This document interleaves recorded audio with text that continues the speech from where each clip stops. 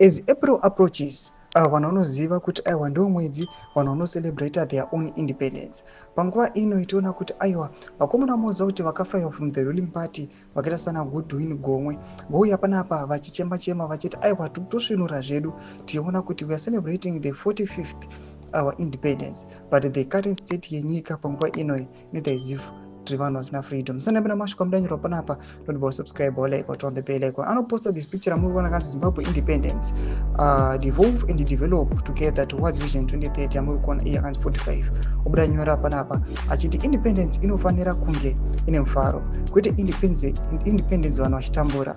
Izvezvi vari kuti havachadi mavhenda mutaundi, saka vanhu vorarama sei nemaomero akaita upenyu hwevanhu. Mnangagwa must go and his time to go is now. 31 March vachaita chisuonekwe munhu wese muroad tomasvika kudanyuka panapa Gomwa moza kuti maloyalist general were fired vakaexpellwa from the ruling party. Now vari kuti tichipepuka panapa tichiona kuti aiwa we are celebrating the 45th independence, but panapa we are seeing kuti mavendors right now they are being chased away from the streets, yet we are seeing the economy is declining. Supermarkets, the biggest supermarkets, they are struggling. If the supermarkets are struggling, what more people vandotengesera zvavo mavendors? Mashoko panapa arikuya panapa vanhu vachiadvocate vachiti aiwa we are going to deny this vision 2030 just because it is married with poverty, corruption, nepotism nezvimwe zvakasiyana. Mashoko atiri kuona kuti vana Gomwe parikuya vachitaura panapa they are just being vocal.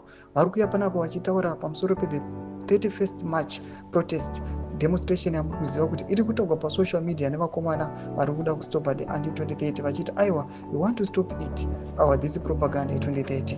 Mbududze mafunguro enyu munoti kudi pamusoro pechitiko ichi. Abvina comment section medu mbududze mafunguro enyu, musana subscribe or like, shut on the bell icon.